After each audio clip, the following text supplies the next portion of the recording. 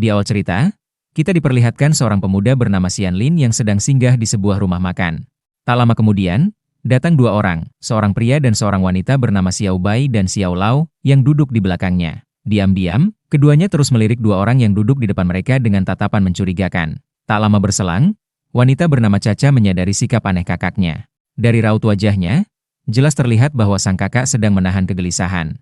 Benar saja, ia ternyata mengetahui bahwa dua orang tadi berasal dari keluarga Tang, sebuah keluarga berbahaya. Merasa situasi tidak aman, ia segera mengajak Caca untuk meninggalkan tempat itu. Namun, saat mereka hendak pergi, Xiao Bai tiba-tiba melepaskan sebuah serangan yang nyaris mengenai pria tadi yang bernama Yun San. Setelah itu, Xiao Bai menghampiri mereka dan mengungkapkan bahwa ia tahu Yun San sedang terkena racun. Ia pun mengajukan sebuah kesepakatan, boneka giok sebagai imbalan, dan sebagai gantinya ia akan memberikan obat penawar racun tersebut.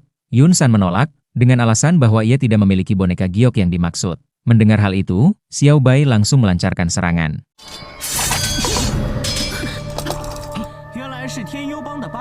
Yun San berusaha menahan serangan tersebut dan mendapat bantuan dari seorang pria yang berasal dari geng Tianyu. Namun, bantuan itu ternyata bukan untuk menyelamatkan mereka, melainkan karena pria tersebut juga mengincar boneka giok yang sama. Aksi baku hantam pun tak terhindarkan dan pecah di tempat itu. Saat Caca dan Yun San mencoba melarikan diri, Xiao Bai kembali melepaskan serangan yang mengenai Caca hingga membuatnya terluka parah.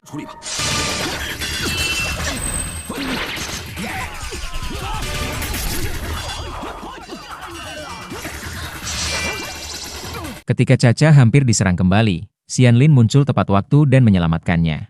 Xiao Bai mengira Xianlin juga mengincar boneka giok. Namun Xianlin dengan santai mengatakan bahwa ia hanya membantu mengusir lalat pengganggu. Ucapan itu membuat Xiao Bai murka dan langsung menyerangnya.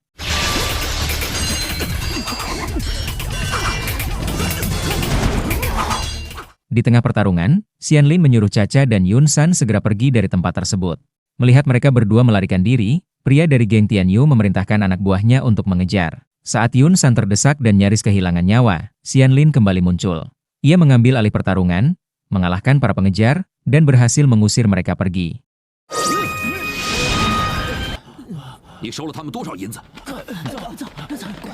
Ia pun menghampiri Yun San. Namun, Yun San justru menodongkan senjatanya ke arah Xianlin, mengira bahwa pemuda itu juga mengincar boneka giok. Melihat hal tersebut, Xianlin segera menenangkannya dan menjelaskan bahwa ia sama sekali tidak tertarik pada benda itu. Diketahui bahwa boneka giok tersebut memang menjadi incaran banyak pihak, karena siapapun yang berhasil memilikinya dipercaya akan memperoleh kekuatan yang tak tertandingi. Namun bagi Xianlin, kekuatan semacam itu bukanlah sesuatu yang ia cari. Yun San sempat mengira bahwa Xianlin menolongnya hanya demi uang. Namun, Xianlin menjelaskan bahwa ia turun tangan semata-mata karena melihat Caca hampir diserang. Saat itu juga, Xianlin baru menyadari bahwa Caca yang berada di dalam ruangan tidak bergerak sama sekali. Yun San pun segera memeriksa keadaannya dan mendapati Caca telah kehilangan kesadaran.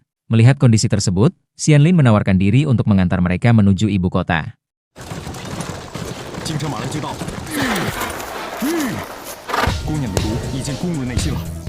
Namun di tengah perjalanan, ia mulai khawatir karena keadaan Caca semakin memburuk. Racun di tubuhnya tampak telah menembus hingga ke jantung. Xianlin menyarankan agar mereka segera mencari tempat pengobatan terdekat. Tetapi Yun San menjelaskan bahwa racun tersebut berasal dari keluarga Tang, racun langka yang tidak bisa disembuhkan oleh tabib biasa. Ia pun menyarankan agar mereka menuju agen pendamping Chang Feng, satu-satunya tempat yang mungkin bisa menolong Caca. Di sisi lain, terlihat seorang gadis yang sedang dikepung oleh sekelompok orang. Mereka mengira gadis tersebut adalah Caca, seorang buronan yang sedang diburu. Gadis itu berusaha membela diri dan menjelaskan bahwa dirinya bukan Caca. Namun mereka sama sekali tidak menghiraukannya dan justru menariknya secara paksa.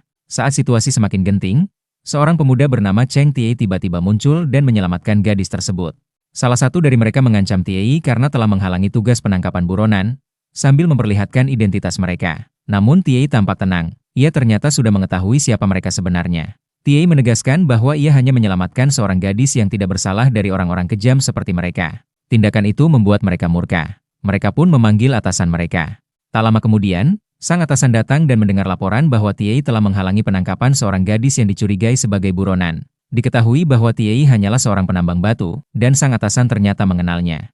Ia mencoba menyelesaikan masalah tersebut dengan cara baik-baik, namun Tiei tetap membantah tuduhan mereka.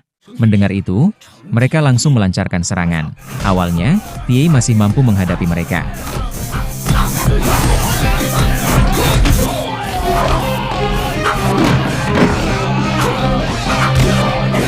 Namun keadaan berbalik ketika ia terperangkap oleh jaring, membuatnya tak berdaya. Ia pun tumbang. Sang atasan cukup terkesan dengan kemampuan Tiei dan baru menyadari bahwa pemuda itu menyembunyikan kekuatan yang luar biasa. Di sebuah penjara, terlihat seorang pemuda bernama Feng Ping yang sedang melatih kemampuan bela dirinya. Tak lama kemudian, para penjaga datang membawa Tiei masuk ke dalam penjara. Saat mata Feng Ping bertemu dengan Tiei, keduanya saling mengenal. Tiei ternyata dikenal dengan julukan baju jirah besi. Feng Ping pun menanyakan alasan Tiei bisa sampai di penjara. Tiei lalu menceritakan seluruh kejadian yang menimpanya. Namun di tengah percakapan mereka, dua penjaga bernama Jeki dan Joko datang dan langsung menyeret Tiei keluar dari sel. Feng Ping yang tidak terima mencoba membela Tiei dan menjelaskan kesalahpahaman tersebut.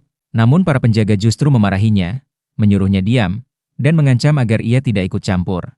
Tiei kemudian diinterogasi.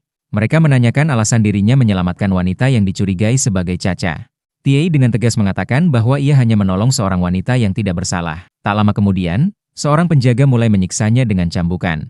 Joko sempat menghentikan penyiksaan itu dan memberi Tiei kesempatan untuk menjawab. Namun Tiei tetap bersikeras bahwa ia tidak memiliki apapun untuk diberitahukan. Mendengar hal tersebut, Joko memerintahkan agar siksaan dilanjutkan, bahkan dengan lebih keras.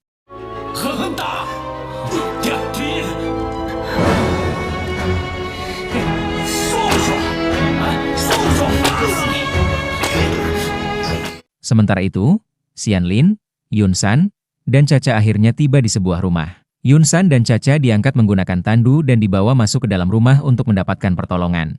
Kembali ke penjara, Joko meludahi Tiei. Dengan berani, Tiei membalas perlakuan itu. Tindakan tersebut membuat Joko murka dan hampir saja kembali mencambuknya. Namun Jeki segera menenangkannya dan mencoba berbicara dengan Tiei secara lebih tenang. Sayangnya, Tiei justru membalas dengan meludahinya. Amarah mereka pun memuncak. Saat Joko hendak kembali menyiksa Tiei, tiba-tiba muncul komandan mereka, Wang Taibei, yang menghentikan semuanya. Anak buah Taibei melaporkan bahwa Tiei adalah sosok yang keras kepala. Selama interogasi, ia sama sekali tidak pernah mengungkapkan apapun. Mendengar hal itu, Feng tidak terima dan akhirnya angkat bicara, menjelaskan kejadian yang sebenarnya. Namun Joko segera memotong pembicaraan dan memerintahkannya untuk tidak ikut campur, bahkan mengancamnya agar tetap diam. Feng justru berbalik menyinggung Wang Taibei, mengungkapkan bahwa Taibei sendirilah yang telah berbuat kesalahan karena membangkang dan mencoreng nama Garda Kekaisaran. Ia mempertanyakan mengapa seorang penambang batu bara yang tidak bersalah justru disiksa secara berlebihan, sementara orang yang seharusnya bertanggung jawab adalah Taibei sendiri. Mendengar ucapan itu, Tiei segera memperingatkan Feng agar berhenti berbicara. Ia tidak ingin Feng ikut menerima siksaan seperti dirinya. Namun Feng tidak menghiraukan peringatan tersebut. Ia terus memprovokasi Taibei, bahkan menantangnya untuk masuk ke dalam kurungan. Hal itu membuat Taibei murka dan memerintahkan anak buahnya untuk membuka pintu sel. Joko sempat mengingatkan bahwa Feng adalah sosok yang sangat berbahaya dan menyarankan agar Taibei berhati-hati. Namun Taibei terlalu percaya diri dengan kemampuannya dan mengabaikan peringatan itu. Taibei sempat memuji kesetiaan Feng kepada Tiei dan menawarkan sebuah kesempatan. Ia berjanji akan membebaskan Feng jika ia bersedia bekerja untuknya. Namun Feng dengan tegas menolak tawaran tersebut. Penolakan itu membuat Taibei naik pitam dan langsung menyerang. Pertarungan pun tak terhindarkan. Di luar dugaan, Feng berhasil mengalahkan Taibei dengan telak, membuat komandan itu kehilangan muka dan terpaksa meninggalkan tempat tersebut.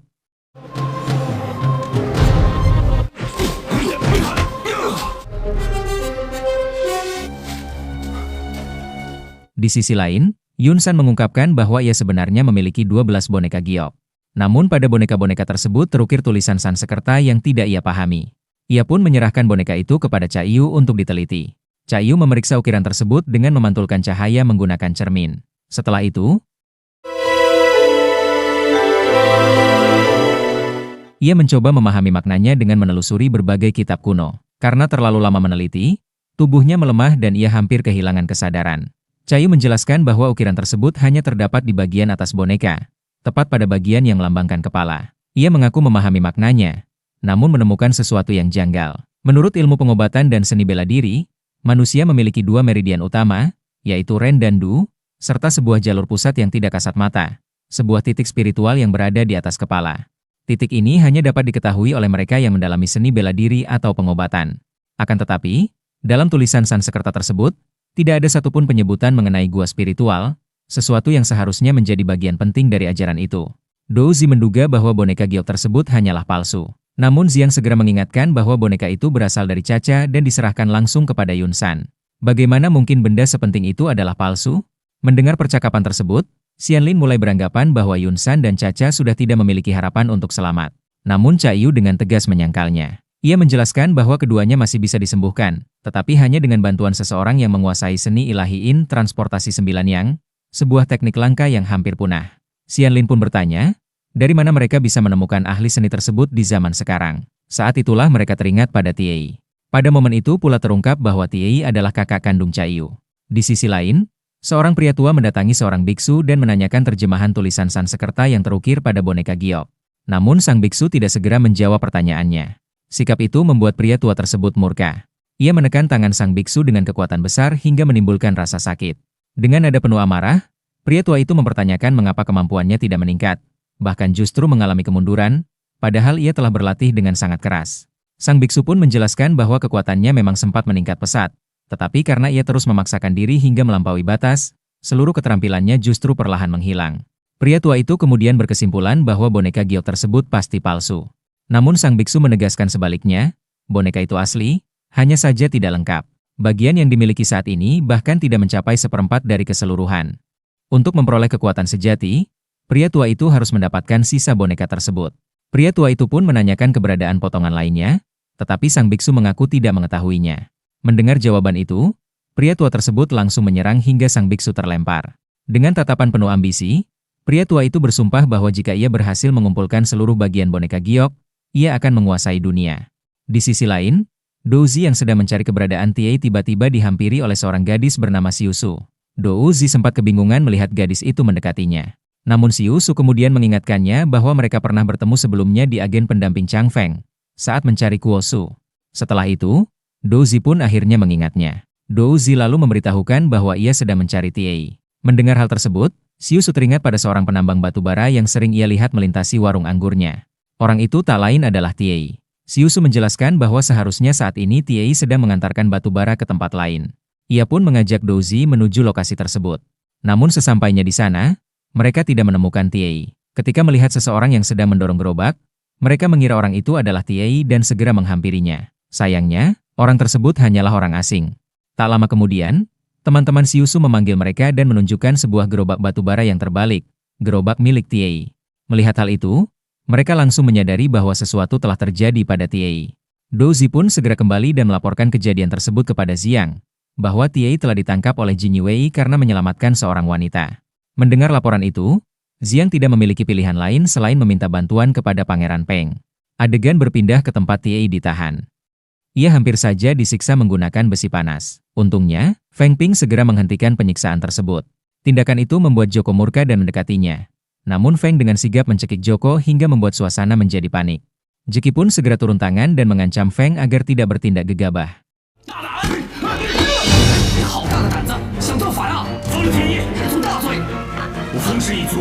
Di tengah kegaduhan itu, Pangeran Peng datang bersama Xiang. Sang pangeran langsung memerintahkan agar Tiei dibebaskan. Dengan terpaksa, Joko dan Jeki bersiap untuk menuruti perintah tersebut. Namun sebelum itu terlaksana, Wang Taibei muncul dan menghentikan mereka. Dengan sikap hormat, Taibei berbicara kepada Pangeran Peng. Sang pangeran dengan tegas memerintahkan agar Tiei dan Feng Ping segera dibebaskan.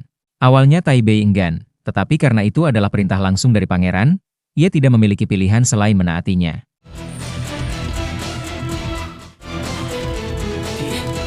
Setelah kembali ke rumah, Feng Ping disambut oleh Xiusu dengan anggur. Xiusu mengaku telah lama menantikan momen seperti ini.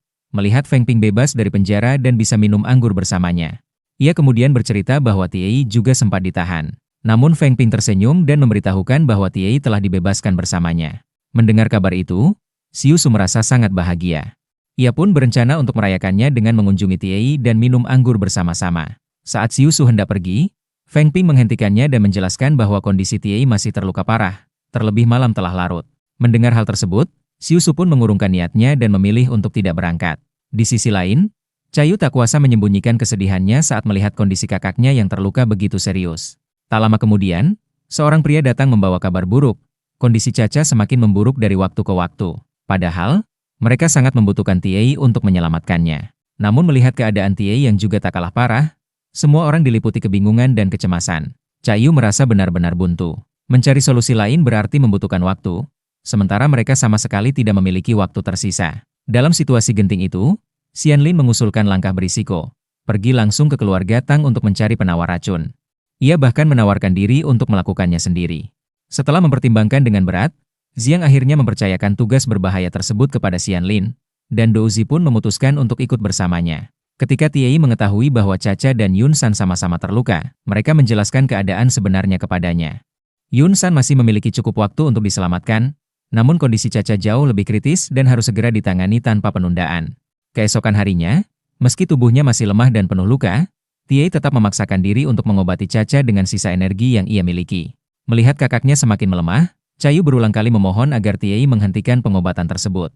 Namun Tiei bersikeras melanjutkannya. Hingga akhirnya, tubuhnya tak lagi mampu menahan beban, dan ia pingsan seketika. Sementara itu, Xiu datang ke agen pendamping Chang Feng dengan niat menemui Tiei dan merayakan kebebasannya dari penjara. Namun harapannya seketika runtuh ketika para penjaga mengusirnya dan melarangnya masuk.